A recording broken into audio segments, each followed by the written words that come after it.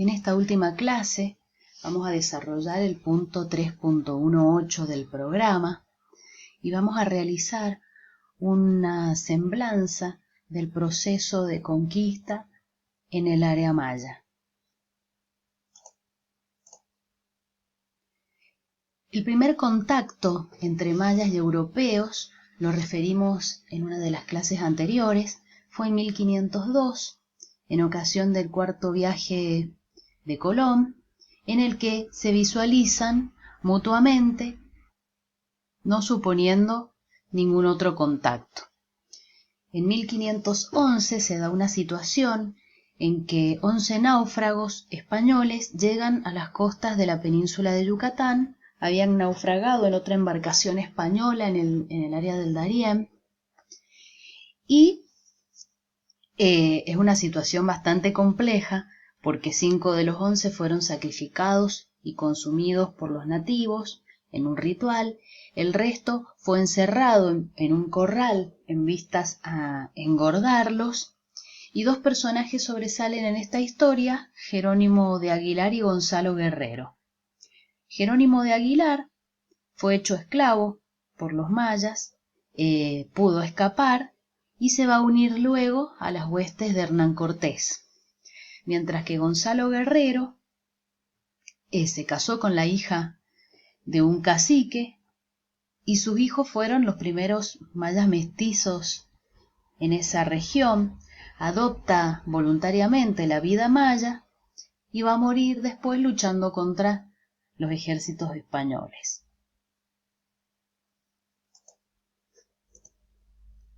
En 1517 se va a dar una excursión de Francisco Hernández de Córdoba, que va a descubrir las Islas Mujeres y se adentra en la península.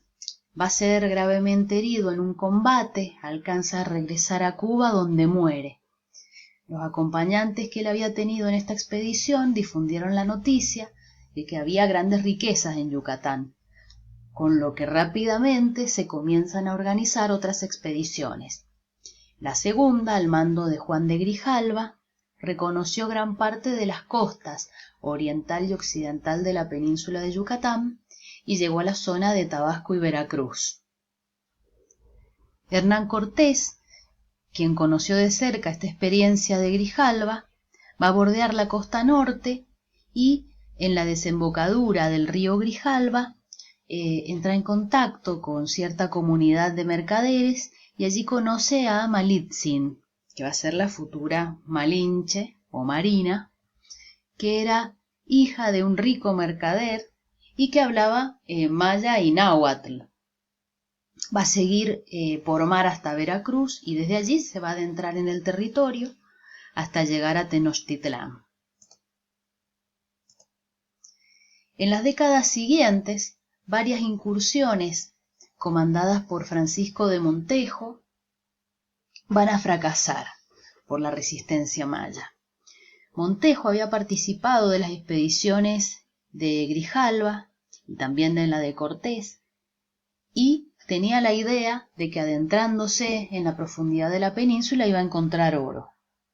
La conquista va a ser, lejos de lo esperado, una tarea muy lenta y difícil, porque la organización política de los señoríos de Yucatán obligaba a un lento avance, conquista y colonización, ciudad por ciudad, pueblo por pueblo, agravado por el desánimo de la tropa ante la realidad de que no existían los metales preciosos en esa área. Tal es así que en 1528, al no tener resultados importantes, va a regresar a Nueva España y su hijo lo va a suceder realizando 2 campañas sucesivas que van a fracasar también por deserción de la tropa, porque en este momento se conocen las noticias de la conquista del Perú y muchos de los soldados deciden abandonar esta empresa incierta por ir a una que tenía certidumbres. Entonces Montejo hijo va a insistir hasta que logra fundar la ciudad de Mérida en 1542, que va a ser el centro de expansión y conquista para el resto de la península. A mediados del siglo XVI va a comenzar la evangelización en la península, que va a tener particularidades bastante violentas, porque, digamos, tenían poderes de inquisidores, y se va a producir lo que se llamó el proceso de extirpación de idolatrías. La conquista de la península va a ser muy prolongada por la resistencia maya. Huían a las regiones no controladas por los españoles, y los enfrentamientos armados, las escaramuzas y las rebeliones eran algo de todos los días. La superioridad del armamento hispano, los conflictos entre los linajes mayas que habitaban la península, la drástica caída demográfica debido a las sequías, a las plagas, las hambrunas y las graves epidemias frente a los cuales no podían hacer frente, permitieron al final concretar la colonización, y hacia 1546 Yucatán estaba pacificada y sometida al control español. Entretanto, tenemos que Cortés y sus huestes habían tomado el control de Tenochtitlán, y su lugarteniente, Pedro de Alvarado, sale de la recién tomada ciudad camino a Guatemala en 1523. Se va a dirigir al Soconusco y desde allí fue adentrándose en las zonas altas con varios centenares de soldados y también una fuerza auxiliar indígena compuesta por tlaxcaltecas, cholultecas y mexicas, y en esas campañas derrotaron a los quillés y subyugaron a poblaciones cachiqueles y varios reinos en torno al lago Atitlán. ¿Sí? Estamos hablando de las tierras altas de Guatemala. Va a ser también recurrente la presencia de estas fuerzas étnicas indígenas, digamos, contrarias a los mayas, que colaboraron activamente con los españoles en su dominación. Entonces tenemos en este momento gran parte de la península de Yucatán controlada. Ahora el altiplano guatemalteco, y va a haber que esperar un siglo y medio después para que Tayasal, el último refugio de los Itzáes, pudiera ser controlada por los españoles en 1697. La colonización va a implicar una drástica transformación para la cultura maya.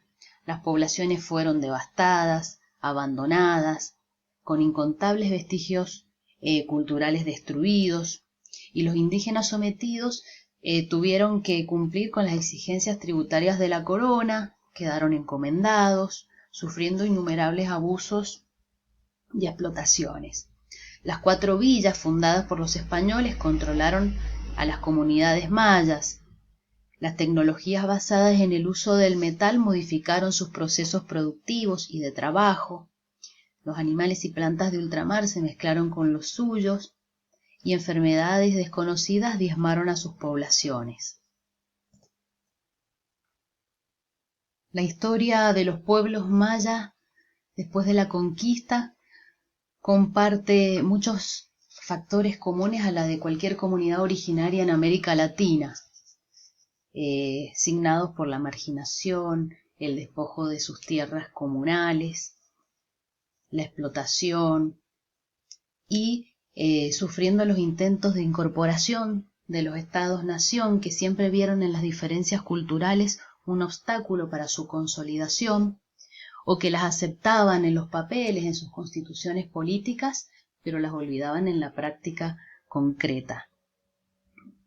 No obstante, actualmente la cultura maya, sus saberes y sus prácticas en constante resignificación siguen siendo transmitidos en el seno de las familias y comunidades.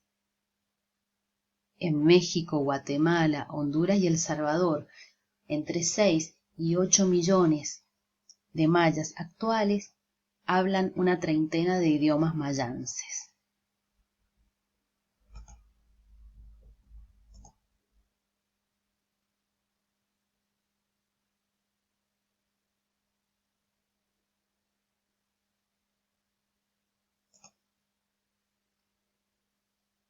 Les dejo aquí una bibliografía para que puedan leer sobre el tema, todo muy breve.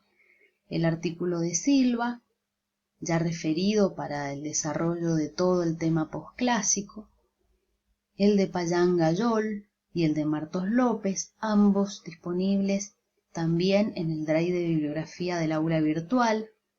Pongan atención al nombre del archivo porque hay varios de los autores. Y finalmente también les voy a incluir un par de links.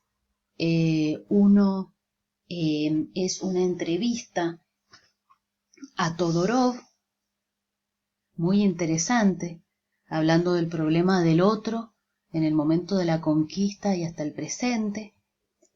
Y también les voy a proponer que vean una clase, una charla que dio Enrique Dussel en México en el año 2019, que es muy interesante, en la que habla de la conquista de México a la luz del presente.